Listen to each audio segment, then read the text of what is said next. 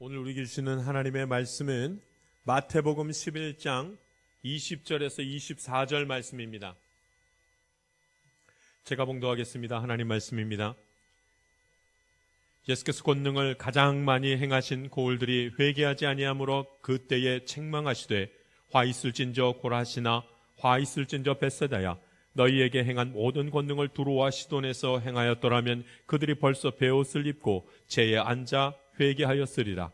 내가 너희에게 이르노니 심판날에 두로와 시돈이 너희보다 견디기 쉬우리라. 가버나움아 내가 하늘에까지 높아지겠느냐 음부에까지 낮아지리라. 내가 행한 모든 권능을 소돔에서 행하였더라면 그 성이 오늘까지 있었으리라. 내가 너희에게 이르노니 심판날에 소돔 땅이 너희보다 견디기 쉬우리라 하시니라. 아멘. 설득인가 책망인가 라는 제목으로 주의 말씀 나누겠습니다. 설득인가 책망인가 하는 제목으로 주의 말씀 나누겠습니다. 여러분, 우리 지난주에 공감에 대한 말씀을 나눴습니다. 하나님도 나를 공감하시고 나도 하나님을 공감할 수 있어야 됩니다 하는 제목으로 주의 말씀을 함께 나누었습니다. 왜냐하면 하나님과 내가 그냥 아무 상관없는 사람이 아니라 하나님이 나의 아버지 되시고 내가 아버지의 하나님의 귀한 자녀이기 때문입니다. 할렐루야.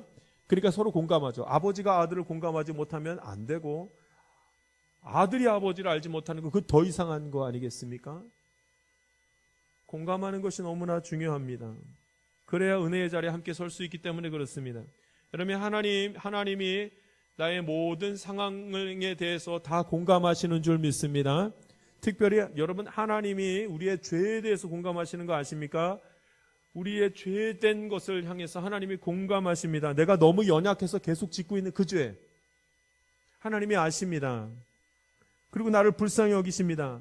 내가 아무리 잘하려고 해도 신앙생활도 잘하고 어떻게든 바로 살아가려고 하는데 잘 안 됩니다. 근데 잘 안 되는 것을 하나님 보시고 공감하십니다. 그리고 괜찮다 말씀하십니다.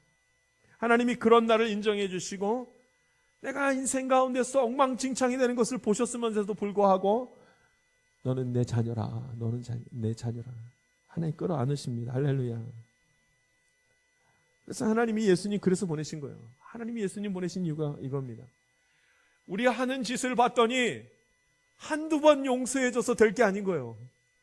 한두 번 봐줘서 될 게 아닌 거예요. 그러니까 하나님이 그의 아들 예수 그리스도를 보내셔서 예수님의 피, 예수님의 죽음, 정결하고 거룩하고 완전한 피로 우리의 모든 죄를 사해 주시는 일을 행하신 것입니다. 하나님이 우리를 공감하시기 때문에. 할렐루야. 그래서 지은 죄, 짓고 있는 죄, 앞으로 지을 죄까지 내가 너희를 다 너희 죄를 사하노라. 내가 너희를 너무나 잘 안다 라고 말씀하십니다. 우리를 공감하시기 때문에. 여러분, 이 정도 됐으면 우리도 하나님을 공감하게 되는 줄 믿습니다. 왜냐하면 하나님 말씀 때문에 하나님을 깨달아가는 거죠. 예수님의 십자가 사건을 보고 세상 사람들은 다 미련하다고 합니다. 그런데 우리는 이해가 돼요. 하나님의 아들이 어떻게 저 십자가에서 그렇게 굴욕적이고 모욕적으로 죽으실 수가 있는가? 세상 사람들은 이해하지 못합니다. 그런데 우리는 압니다. 하나님께서 우리 너무 사랑하셔서 그의 아들을 죽게 하시고 우리의 죄를 대신하셔서 우리의 대가를 치르셨구나. 내 죄에 대한 대가를 하나님의 아들 예수님께서 치르시느라 굴욕을 당하시는 일이 아니라 죽으시고 희생하셨구나.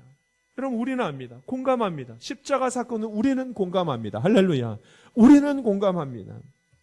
여러분, 이 말씀에, 이 모든 말씀에 우리가 하나님의 말씀을 공감하고 말씀을 보기 시작하면 하나님이 나를 공감하시고 이런 어리석은 나를에 대해서 하나님이 다 괜찮다 말씀하시고 내가 하나님께서 행하시는 일들을 깨달아 갈 때마다 주의 말씀을 대하면 그 주의 말씀이 정말로 어떤 말씀인지, 나를 향한 어떤 말씀인지 깨달을 수가 있습니다.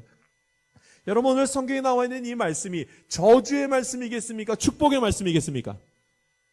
하나님이 우리를 너무나 사랑하시는데 자기 아들을 주시기까지 하시면서 우리를 살리셨는데, 여러분, 오늘 하나님께서 성경 말씀 전체에 주시는 이 말씀이 우리를 향해서 주시는 말씀이 축복의 말씀이겠습니까? 저주의 말씀이겠습니까? 당연히 축복의 말씀이지요. 그렇게 많은 대가로 자기의 아들을 내어주시면서 우리를 자녀 삼아주시는 자격을 주셨는데 어떻게 여러분 저주의 말씀을 하시겠습니까? 그러므로 여기에 성경에 쓰여있는 모든 말씀은 저와 여러분을 향한 축복의 말씀이 되는 줄 믿습니다.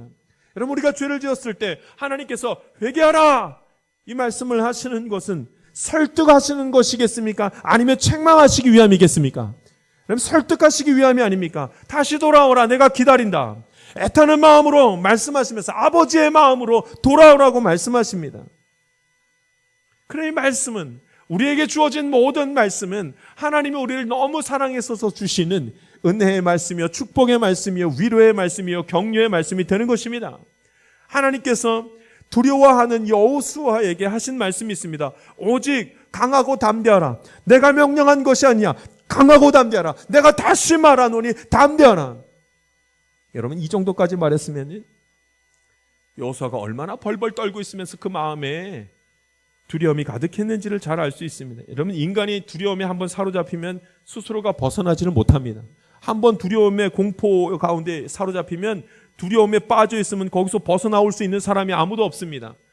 아무리 마음 먹고 벗어나야지, 벗어나지지가 않습니다. 이 두려움과 염려 속에서 벗어날 수 있는 건 딱 한 가지, 말씀입니다. 왜냐하면 말씀은 우리를 향해서 위로의 말씀이 되시고 생명의 말씀이 되시기 때문입니다. 그래서 마음에 말씀이 들어가면 두려움이 나갑니다. 그런데 말씀이 내 두려움만 가득 차 있으면 여기서부터 벗어날 수 있는 인간이 단 한 명도 없습니다. 여러분, 말씀만이 나를 위로하시고 새 힘 주시게 되는 놀라운 근원이요 힘인 줄 믿습니다. 그러니까 오늘 성경에서 나와 있는 이 말씀들은 전부 다 책망의 말씀이 아니요, 위로의 말씀이요, 설득의 말씀이요, 우리에게 힘을 주는 말씀이 됩니다. 우리 20절 말씀을 한번 읽어보겠습니다. 우리 20절 말씀 읽겠습니다. 같이 한번 읽습니다. 시작. 예수께서 권능을 가장 많이 행하신 고을들이 회개하지 아니하므로 그때에 책망하시되. 아멘. 책망했다는 말씀이 나옵니다. 예수님이 권능을 많이 행하신 고을을 향해서 회개하지도 않는 것을 보고 책망하셨다는 말씀이 나옵니다. 왜 회개하지 않느냐 이렇게 책망을 하셨습니다. 그래서 저는 이 말씀이 책망하신 거구나, 그리고 그 책망하신 다음에 꾸짖고 벌 주시려는 거구나, 그 은혜가 지나갔구나, 이들에게는 그 은혜가 지나갔구나, 그렇게 생각했습니다. 여러분, 이 책망은 벌을 주기 위함이 아니라 사랑의 말씀이고 자식을 향한 애타는 아버지의 마음인 것을 말씀을 통해서 조금 더 들여다보면 예수님의 속마음, 하나님의 속마음을 알 수가 있습니다. 왜냐하면 예수님이요, 오늘 성경에 보면 예수께서 권능을 가장 많이 행하신 고을 이렇게 말하잖아요. 예수님이 어느 고을에다, 여러 고을 중에서 어느 고을을 찾아가서 먼저 처음에 그곳에 가서 어느 고을에 가서 막 이 권능을 행하셨겠습니까? 권능을 행하셨을 때는 그가 사랑하는 마을에 먼저 가지 않겠습니까? 너무나 가고 싶은 그곳에 먼저 가서 권능을 행하시지 않으시겠습니까? 그러니까 예수님께서 너무나도 사랑하는 마을에 가서 권능을 행하셨다는 것을 미루어 알 수가 있고, 그렇다면 그곳에서 왜 회개하지 않느냐 하는 것을 보면 이 말씀이 사랑의 말씀이요, 격려의 말씀이요, 설득하기 위한 말씀인 것을 알 수가 있습니다. 하나님 나라에 대해서 하나님 예수님의 말씀을 전하시고 죽은 자를 살리시고 병든 자를 낫게 하시고 귀신들을 내쫓는 놀라운 역사를 막 보여주시면서 믿어라, 제발 믿어라, 하나님 살아계심을 믿어라. 어디 가서 그렇게 말했겠냐는 거예요. 그가 사랑하는 마을, 그가 택한 마을, 그가 소중히 생각하는 그 마을에 가서 복음을 전했다는 거예요. 그러니까 여러분, 이게 책망의 말씀이 아니에요. 절대 책망의 말씀으로 끝날 일이 아닙니다. 여러분 보십시오. 회개하라 이렇게 말하는 걸 보면, 회개하라 이 말을 사랑하는 사람에게 합니까? 아니면 관심 없는 사람에게 하겠습니까?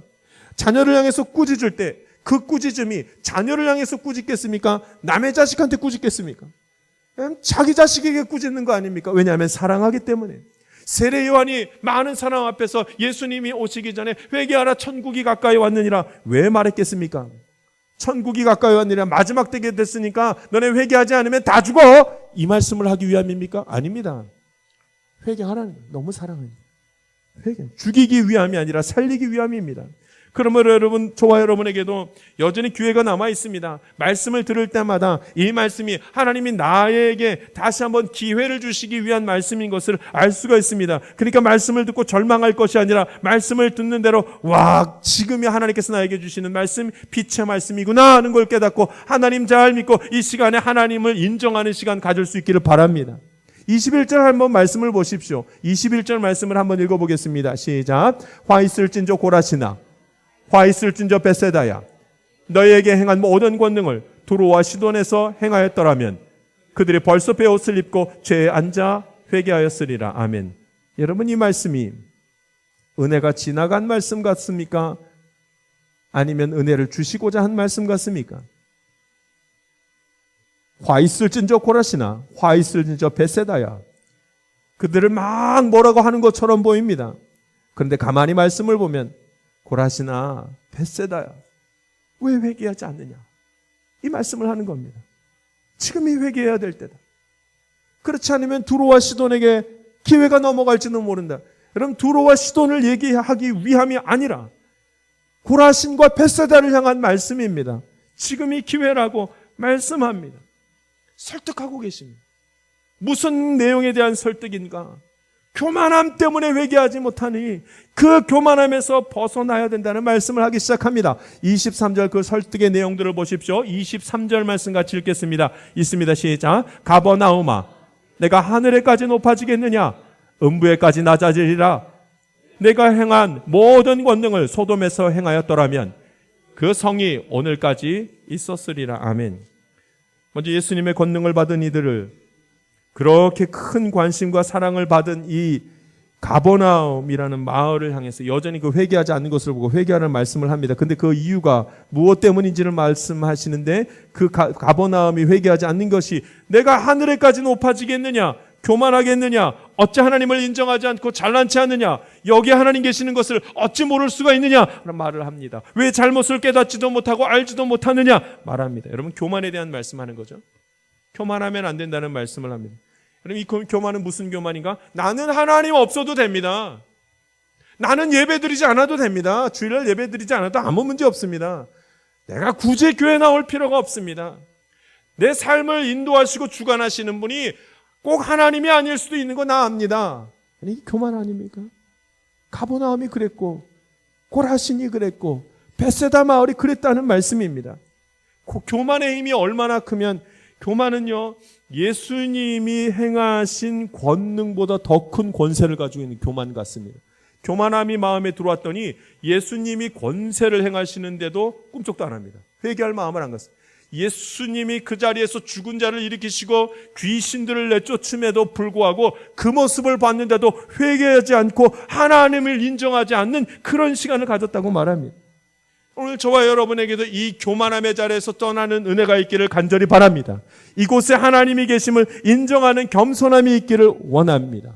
죄를 인정하지 못할 때가 많고 죄 짓는 것을 사람들에게 속이면서 살아가고 전혀 깨닫지 못하고 있는 우리들의 모습, 여러분, 죄의 권세가 얼마나 빨리 퍼져나가는지, 여러분, 죄가 얼마나 빨리 퍼져나가는지, 의로움과 죄악이 함께 공존해 있을 때 죄의 역사가 얼마나 많이 퍼져나가게 되는지요.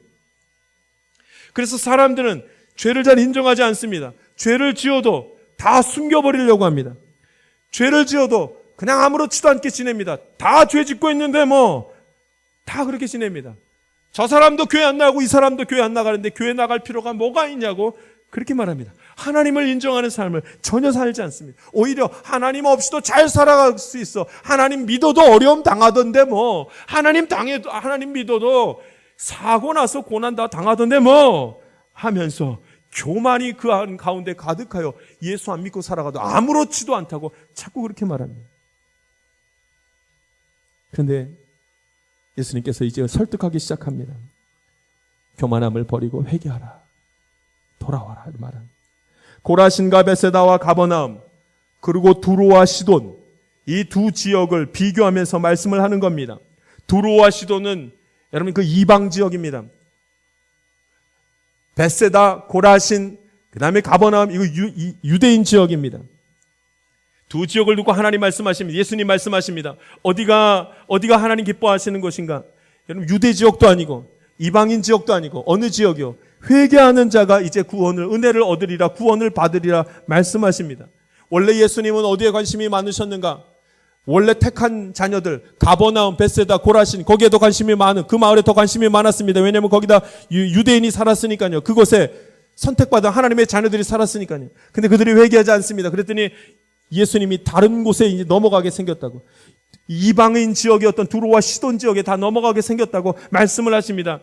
여러분, 그러면서 둘 다 이방인도 아니요, 유대인도 아니요, 회개하는 자에게 하나님의 은혜를 베푸실 것이라는 말씀을 합니다. 누가 회개를 하는가? 지금 예수님께서 우리에게 설득하면서 말씀하십니다. 처음에는 유대인에게 기회를 주어진 것 같으나 나중에는 이방인에게 기회를 줄 것 같았으나, 여러분, 양쪽 다 아니었습니다. 어느 쪽인가? 하나님이 과연 누구를 설득하고 있는가? 무슨 말씀을 하고 있는가? 유대인인가? 이방인인가? 아니요. 택함 받은 자, 먼저 택함 받은 자 유대인인가? 아니요. 그 어느 누구도 아니었고, 회개하는 자를 지금 얘기합니다. 회개하는 자가 은혜를 누리게 되리라 말씀하십니다. 할렐루야. 그 어떤 것으로도 꿈쩍도 하지 않는 그들에게 하나님 말씀하시기를 회개하는 자가 하나님의 은혜의 자리에 서게 될 것이라고 말씀하면서 설득하고 계십니다. 여러분, 장자의 은혜를 아십니까? 하나님은 장자에게 특별한 축복을 주셨습니다. 성경 전체에는 장자의 축복이 나와 있습니다. 장자가 누리는 복이 있단 말이에요. 맏아들, 첫 열매. 하나님 그것을 굉장히 귀하게 여기십니다. 근데 여러분, 그 개념이, 장자의 개념이 바뀌기 시작합니다. 장자가 장자의 권세를 포기하고 멸시하게 되면 그게 바뀌어버립니다. 한번 보십시오. 에서와 야곱이 있습니다. 장자는 에서입니다. 그런데 축복은 누가 받냐면 야곱이 받습니다. 야곱에는 12아들이 있습니다. 첫 번째 아들, 장자 맏아들은 루벤입니다. 그런데 그 축복을 누가 받는가? 요셉이 받습니다. 그럼 다윗을 잘 압니다. 다윗 왕은 유명합니다. 사울 왕, 다윗 왕, 솔로몬 왕, 유명한 왕들입니다. 그 중에 최고의 왕은 누군가? 다윗 왕입니다. 여러분, 다윗 왕이 맏아들일 것 같습니까? 7번째 아들입니다. 장자의 의미는 시간이 흐름에 따라서 조금 변화했다는 것을 볼 수가 있습니다. 그러나 장자의 축복, 그 의미는 계속 이어져 나아갑니다. 장자는 하나님이 택하셨다는 뜻입니다. 맏아들은 하나님이 정한 것이기 때문에 그렇습니다. 누가 맏아들을 인간이 정할 수 있겠습니까? 맏아들을 인간이 정하지 못합니다. 그냥 첫 번째로 태어나는 것, 그거 하나님만 하실 수 있는, 창조주만 하실 수 있는 일입니다. 그래서 맏아들의 의미는 이제 택하셨다는 그 의미로 전환되면서 맏아들의 의미는 첫 아들, 첫 번째 아들이라는 의미가 아니라 택한 자, 하나님이 택한 자에 대한 의미로 바뀌기 시작합니다. 에이 목사님, 그래도 맏아들이 나올 때 그 하나님이 그 맏아들 나오게 하시고 그 택하시고 흔들지 아니하시고 좀 그러셔야지, 어떻게 그렇게 다 흔들어 버리십니까? 하나님의 뜻이 따로 있겠지요. 그러나 중요한 것은 장자, 곧 하나님이 택한 자는 복을 받는다는 겁니다. 그럼 누가 복을 받는가? 누가 은혜를 누리는가? 오늘 성경에 누가 은혜를 누리는가? 유대인 지역인가? 이방인 지역인가? 벳세다, 고라신, 가버나움, 유대인 지역에 은혜를 받는가? 택하신 그들에게 은혜를 받는가? 아니면 두로와 시돈, 이방 지역에 은혜를 받는가? 누가 복을 받는가? 여러분, 그 의미가 바뀌어가는 것을 보게 됩니다. 하나님이 택하셨다는 그 택하심에 대한 말씀이 바뀌어가는 것을 봅니다. 오늘 이제 무슨 말씀을 하냐면, 하나님이 어떤 자를 택하신다고 말씀하시냐면 회개하는 자를 택하신다고 말씀하셨습니다. 할렐루야. 여러분, 저와 여러분이 하나님께서 택하셨는지 택하지 않으셨는지 어떻게 합니까? 알 수 있는 방법은 한 가지입니다. 내가 하나님 앞에 회개하고 하나님을 인정하는 삶을 사는 사람은 하나님 택한 사람입니다. 할렐루야. 그러나 예배를 드림에도 불구하고 회개하지 않는 사람은 하나님 택한 자녀가 아니라, 이렇게 말씀하고 있는 것입니다. 아무도 알 수 없습니다. 이 인생을 살아가고 있으면서 누가 택함을 받았는지 도대체 알 수가 없습니다. 하나님의 뜻이 어디에 있는지 아무도 알지 못합니다. 그러나 인간이 하는 모습을 보면 알 수 있습니다. 그가 하나님 앞에 회개하는 자이면 그는 택함 받은 주의 백성이 되는 것입니다. 장자의 권세를 받는 것입니다. 그래서 여러분, 어떤 사람은 스님으로 평생을 살아가다가 목사님이 되신 분이 있습니다. 스님으로 평생 살아가다가 목사님이 됐어요. 그러면 그분은 처음 태어날 때부터 하나님이 택한 자 맞는 것입니다.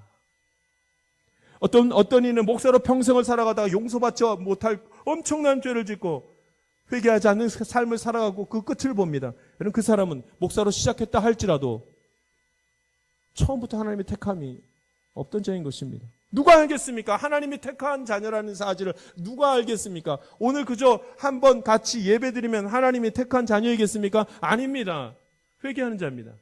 하나님을 인정하는 자. 저는 아무것도 할 수 없습니다. 나는 늘 죄를 짓고 살아갑니다. 주님 도와주십시오. 하나님 살아계심을 나는 믿습니다. 하는 자가 하나님이 택한 자인 것입니다. 누가 예배를 드리든지 간에, 누가 교회에 나오든지 간에, 어떤 직분을 가지고 있든지 간에 중요하지 않습니다. 회개해야 됩니다. 저와 여러분이 회개하는 자 되어 하나님의 택함을 확인하는 시간들 꼭 가질 수 있기를 바랍니다. 여러분이 설득하는 거, 하나님이 이런 설득을 하는데도 다 기회가 있습니다. 지금이 기회입니다. 이 기회가 지나가면 끝이 납니다. 저는요, 예수님 그렇게도 열심히 믿다가 이제 온 가족이 예수님 하나도 안 믿고 살아가는 가정 많이 봤습니다. 저는요, 예수 믿는 가족인데 아주 오랫동안 예수님을 믿고 있음에도 불구하고 반만 예수 믿고 반은 예수님 안 믿는 가정들 많이 봤습니다. 지금 저와 여러분이 함께 예배를 드리면서 말씀을 듣고 있지만 여전히 하나님을 인정하지 못하고 살아가는 수많은 사람들, 가정들 많이 봅니다. 지금이 기회입니다. 하나님이 이 말씀을 주셨을 때는 기회입니다. 절망의 말씀이 아니라 저주의 말씀이 아니라 이 말씀은 저와 여러분에게 소망의 말씀이요 설득의 말씀입니다. 지금 회개하면 된다는 말씀. 하나님 살아계심을 인정하는 그런 시간, 믿음 갖는 것 너무나 중요합니다. 주님 살아계심을 이제 저와 여러분이 함께 예배드리는 가운데 인정하고 하나님 내가 두 손 들고 주님 앞에 나아갑니다. 그렇게 고백할 수 있는 믿음의 고백이 있기를 바랍니다. 하나님이 설득에도 때가 있음을, 설득에도 끝이 있음을 말씀합니다. 24절 말씀을 읽어보겠습니다. 24절 말씀 읽습니다. 시작. 내가 너희에게 이르노니 심판날에 소돔 땅이 너보다 견디기 쉬우리라 하시니라. 아멘. 심판날에 이릅니다. 심판날. 예수님은 매우 분명하고 정확하게 심판날이 있음을 말씀합니다. 심판날은 그때가 마지막이라는 뜻이요 세상의 끝이라는 소리입니다. 그때가 있습니다. 그때 결정이 다 납니다. 누가 하나님의 택하심을 받은 은혜의 사람이며 장자의 권세를 누리는 사람이지 그때 다 결정이 날 것입니다. 끝이 있습니다. 그러나 끝이 나기 전까지는 계속 하나님이 기회를 주십니다. 여러분, 소돔과 고모라 땅은 유황불로 망한 이 땅의 유일한 땅입니다. 소돔 땅은 그런 땅입니다. 고모라 땅이 그런 땅입니다. 그 망한 곳이 회개하지 않는 그 지역보다 견디기 쉬울 것이라고 경고하고 있습니다. 회개하라는 말씀을 하는 것입니다. 우리에게 기회로 말씀합니다. 지금이 끝이 이르기 전에 회개하고 주님께 맡기라. 내가 하려고 하지 말고 하나님께 맡기고 하나님이 여시는 것을 보아라. 지금 내가 누리는 이 모든 것이 하나님이 주신 것임을 믿고 나아가라는 말씀을 합니다. 오늘 저와 여러분이 이렇게 살아갈 수 있는 내가 가지고 있는 모든 소유와 내가 생각하고 내가 품고 있는 이 모든 것이 하나님이 주신 것인 줄 믿습니다. 이 겸손한 사람, 하나님을 인정하는 사람입니다. 여러분, 이거 굉장히 어렵습니다. 하나님을 인정하고 살아가는 것은 굉장히 어렵습니다. 오늘도 내가 내 마음대로 살아가려는 힘이 훨씬 강해서 하나님을 인정하며 주님만이 이 세상의 창조주, 주관하시는 분입니다 하는 것을 인정하기 굉장히 어렵습니다. 의로움이 득세하기보다는 불의함이 득세하고 애매한 일들, 상황들이 너무 많이 벌어지기 때문에 그렇습니다. 요즘 이스라엘 전쟁이 한참 굉장히 심합니다. 그런데 요즘은 하마스 단체, 무장단체를 비난하기보다는 이스라엘을 비난하는 소리를 더 많이 듣습니다. 이스라엘이 팔레스타인 지역에 있는 유일한 병원, 그 병원을 폭격했기 때문에 그렇습니다. 사람들이 비난합니다. 국제 여론이 어떻게 병원을 폭격할 수 있냐고 말합니다. 그랬더니 이스라엘에서 이렇게 공식 발표를 합니다. 그 병원 밑에 지하에 하마스의 본부가 있다. 그러니 병원을 폭격해야 하지 않겠는가 이렇게 말을 합니다. 여러분, 뭐가 옳습니까? 수많은 사람들이 입원해 있고 병들어 있고 팔이 잘려서 다리가 잘려서 치료를 받아야 되는데 거기를 폭격해버렸습니다. 그게 옳은 일입니까? 아니면 그렇게 폭격하지 말고 하마스 무장단체 엄청난 사람들을 찢어 죽이고 발로 밟아 죽여버리고 인질로 삼고 있는 그들의 본거지를 그냥 가만히 내버려 두는 것이 옳습니까? 뭐가 옳겠습니까? 여러분, 우리가 우리의 삶의 여정 가운데에 이게 옳은지 저게 옳은지 알지 못하고 애매한 상황 가운데 놓여 있는 것이 얼마나 많은지 모릅니다. 여러분, 이 상황이 벌어질 때마다 하나님께 다 맡기겠습니다 하기가 쉽겠습니까? 어렵습니다. 매우 어렵습니다. 하나님을 인정하려고 하다가 이 많은 문제들이 애매한 문제들로 남아있는 이것을 보고 하나님은 여전히 하나님이시고 천지를 창조하시고 주관하신 분입니다 하기가 매우 어렵습니다. 그러니까 회개의 자리까지 나아가지 못합니다. 우리나라의 대형 교회 중에 특별 새벽 기도를 아주 크게 하는 교회가 있습니다. 유명한 연예인들을 전부 기독교인들을 많이 불러서 간증하는 그런 교회가 있습니다. 한 유명한 기독교인 여배우가 동성애 드라마를 촬영했고 그 동성애 드라마를 촬영했던 여배우의 남편은 전도사요 찬양 사역자였습니다. 그가 그 특별 새벽 기도 거기서 간증을 쭉 합니다. 그런데 어느 누구도 그 여배우와 남편 전도사를 비난하지 않습니다. 오히려 간증을 듣고 특별 새벽 기도에 함께 예배드리면서 그걸 귀하게 생각합니다. 여러분, 이유가 뭔지 아십니까? 다 속이고 있기 때문입니다. 여러분, 속이기 때문에, 누구 하나 진실을 알지 못하기 때문에 겉모습만 보고 그냥 예배드리고 말아버립니다. 수많은 사람들이 한 사람이 잘못된 그 동성애 드라마에 참여하고 함께하는 것 때문에 많은 사람들이 그냥 다 무의식 속에 동성애를 인정하게 생기는 안타까운 일이 벌어져도 아무 상관을 하지 못하고 있습니다. 왜냐하면 죄의 권세 속에 다 숨겨져 있기 때문에. 여러분, 이런 상황 속에 있는 우리들이 하나님을 인정하고 하나님밖에 없습니다라는 고백을 쉽게 할 수 있겠습니까? 다 속아 넘어가고 애매한 가운데 무엇을 찾아야 될지 모르는 이 세대를 살아가고 있으면서 말입니다. 그러나 하나님 살아계십니다. 오늘 우리들에게 주시는 말씀입니다. 화 있을진저 고라시나 화 있을진저 벳세다야, 너에게 행한 모든 권능을 두로와 시돈에서 행하였더라면 그들이 벌써 베옷을 입고 죄에 앉아 회개하였으리라. 하나님 회개하기를 원하십니다. 때가 이르기 전에 하나님을 인정하고 하나님 살아계십니다. 나는 이해하지 못한 일들이 수없이 많으나 하나님 살아계십니다. 인정하고 주님 붙들고 살아가는 복된 삶, 저와 여러분이 살아갈 수 있게 되기를 간절히 바랍니다. 기도하겠습니다. 살아계신 하나님 아버지, 은혜 베풀어 주심에 감사합니다. 주의 말씀을 대해도 저주의 말씀 같으면 버려버리려고 하고 그저 달콤한 축복의 말씀만 붙들려고 했으나 아버지 하나님, 어떤 말씀도, 그 어떤 말씀도 축복의 말씀이고 은혜의 말씀이고 우리를 향한 설득의 말씀인 것을 깨닫게 하시니 감사드립니다.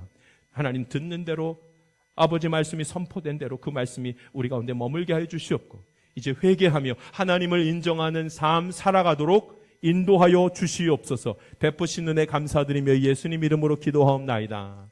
아멘. 기도하겠습니다. 세상 가운데로 나아가는 성도 여러분, 주의 말씀을 들어보십시오. 얼마나 크신 사랑으로 우리에게 날마다 힘을 주시는지 알 수 있을 것입니다.